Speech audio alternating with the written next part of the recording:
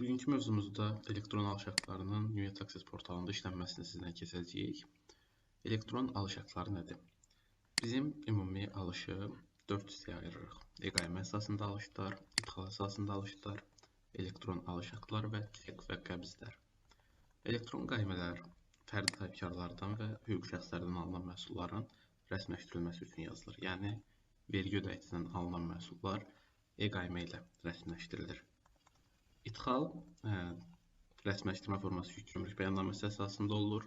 Yəni, xaricdən mal alışıdır. Hər hansı bir xarici fərdi sahibkarlardan, xarici hüquq şəxslərdən mal alışı zamanı biz alışımızı YİB ilə rəsmiləşdiririk. Alış aktı isə hansı ki, bugün haqqında danışacağımız vətəndaşlardan alınan mallardır. Vətəndaşlar vergi ödəyicisi olmadığından dolayı, yəni hər hansı bir vöynə sahib olmadığından dolayı vətəndaşdan alınan mallar alıcı tərəfindən United Access portalında sistemdə əks olunur. Bunun əks olunma forması hansı halda aparılır və hansı formada sistemə işlənir? Bugün sizlərlə onu öyrənəcəyik. Ekranda gördüyünüz bir alış aktının, elektron alış aktının şablon versiyasıdır. Biz bu şablon versiyanı United Access portalına sizinlə birlikdə yerləşdirəcəyik. Ümumilikdə United Access portalına daxil olduq. Biz elektron qayma faktura bölməsinin bütün demək olar ki, alt bölmələri haqqında danışmışıq. Yuxarıdakı bölmələrdən isə görürük ki, burada ayrıca qeyd olunan elektron alış aktları var. Elektron alış aktları dediyimiz kimi vətəndaşdan alınan malların alıcı tərəfindən sistemə işlənilməsidir. Gəlirik ilk növbədə yeni elektron alış aktı seçirik. Aktın növündə isə malların qəbulu, yəni məhsulların, digər məhsulların qəbulunu seçirik. Satıcının, yəni burada vətəndaşdan söhbət gedir. Vətəndaşın PIN kodunu qeyd edirik. Daha sonra şəxsiyyət vəsiqəsinin serial nömrəsini. Yoxladıqdan sonra həmin o şəxsin, yəni vətəndaşın ad soyadı adı əks olunur. Biz gəlirik malın təqdim edildiyi ünvanı yazırıq. Malın təqdim edildiyi ünvan bizim müəssisənin yerləşmə ünvanı olacaq. Bu alış aktında qeyd oluna da bilər, olunmaya da bilər. Digər bir alış aktı nümunəsi açsaq, məsələn,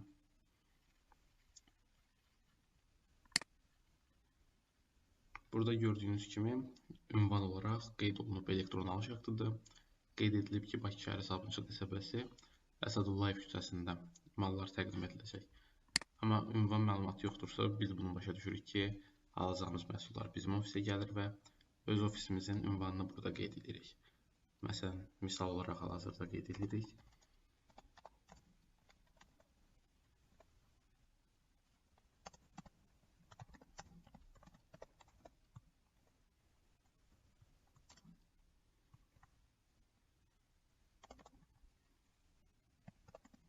Məsələn, hər hansı bir küçə yazaq. Şərifzadə prospekti.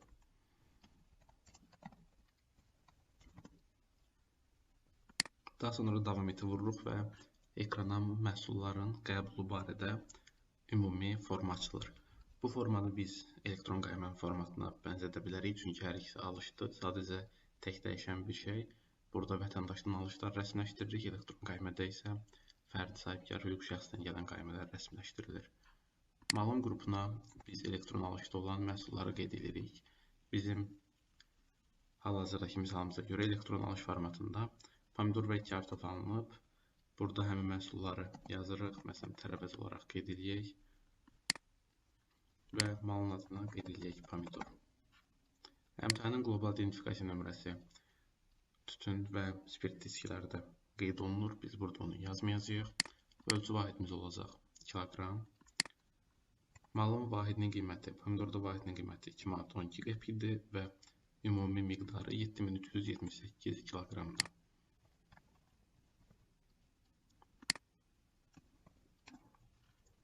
Malın məbləği 15663 manat qeyd olundu. Vergi dərəcəsi isə vergidən azad olunan məhsul olduğu üçün azad olunan olaraq qeyd edirik. Sair qeydlər bölməsində isə alışın serial nömrəsini yaza bilərik, alış aktının və yaxud da alış aktının tarixini qeyd edə bilərik. Bizdə alış aktının tarixi gördüyünüz kimi 10 oktyabr 2024 yazılıb nümunədə. Amma alış aktları sistemə 5 gün ərzində işlənilməlidir. Yəni son 5 gün ərzində təsdiqləmək lazımdır. Hal-hazırda biz sistemə daxil olmuşuq 28 aprel. Alış aktının ən başlanğıc tarixi 23 aprel ola bilər. Ona görə biz elektron alış aktında düzəliş edək. Bu tarixi 25 aprel olaraq göstərək.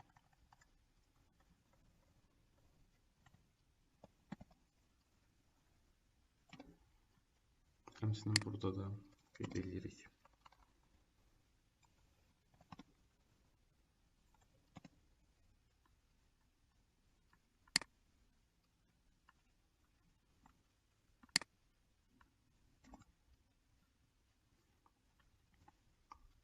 Daha sonra biz sayır qeydlər bölməsində də yaza bilərik ki, 25 aprel 2025 tarixli akta əsasən.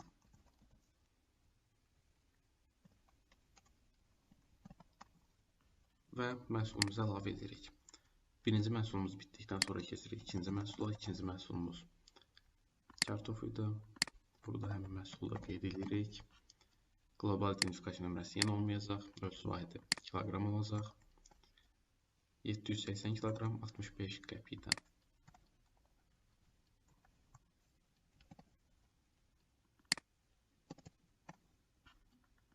Vergi dərəcəsi isə yenə vergidən azad olunandır. Sayır qeydlər bölməsində də aktın tarixini qeyd edirik.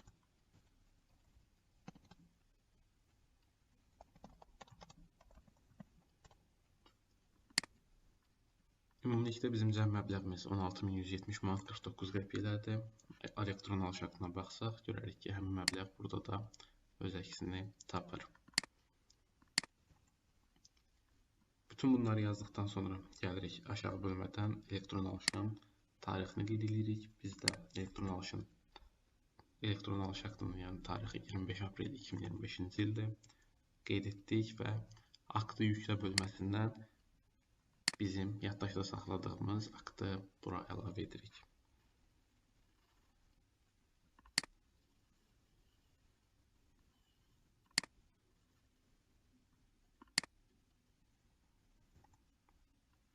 Elektron alış aktında son hissədə təhvil verən bölməsində vətəndaş, yəni burada göstərdiyimiz Allahverdiyev İsmət öz ad soyad adını qeyd edir, imzasını atır. Təhvil aldım bölməsində isə hansı müəssisəyə mallar çatdırılıbsa, məsələn, misala görə A məhdud məsuliyyətli cəmiyyətinə burada da bir bölüm qeyd edirik. Bu müəssisə direktoru öz ad soyad adını qeyd edir, həmçinin hüquqi şəxsə möhürlə, fərd sahibkarlığı imzasına elektron alış aktına rəsmiləşdirilir. Hər iki tərəf də imzasını atdıqdan sonra biz sənədi skan eləyib bura əlavə edirik.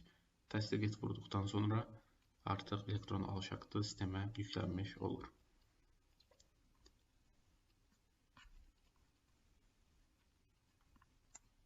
Hal-hazırda biz bunu təsdiqləmirik, silirik. Elektron alış aktı hər bir müəssisə üçün fərqli şablonda tərtib oluna bilər. Biz bayaq sizinlə Word-də olan elektron alış aktına baxdıq. Bu da başqa bir elektron alış aktının formasıdır. Gördüyünüz kimi müəssisə rəhbəri, fərd sahibkar və təhvil verən şəxs, yəni vətəndaş öz ad soyad adını və imzasını qeyd edib. Ümumilikdə satılan məhsul haqqında məlumat göstərilir, hansı ki miqdarıdır, vahidinin qiymətidir. Və elektron alış aktının dediyimiz kimi seriyası və nömrəsi mütləq şəkildə yuxarı hissədə qeyd olunur. Bütün aktların forması dediyimiz kimi şirkətdən şirkətə dəyişir. Bu, hal-hazırda sistemdə məsələn daxil olduğumuz Vector Project şirkətində ayrı bir şablon ola bilər, hər hansı bir X müəssisədə ayrı şablon ola bilər. Biz aktları əsas sistemə yüklədikdən sonra aktlara nəzarət edərək onları Excel-ə indirə bilərik və yaxud da təsdiq gözləyən aktlarımızı təsdiqləyə bilərik. Ümumilikdə elektron alış aktımız sayı çoxdursa, onları paket formada sistemə indirib bir dəfəlik hamısına bəyan etmiş ola bilərik. Elektron alış aktı bu qədər.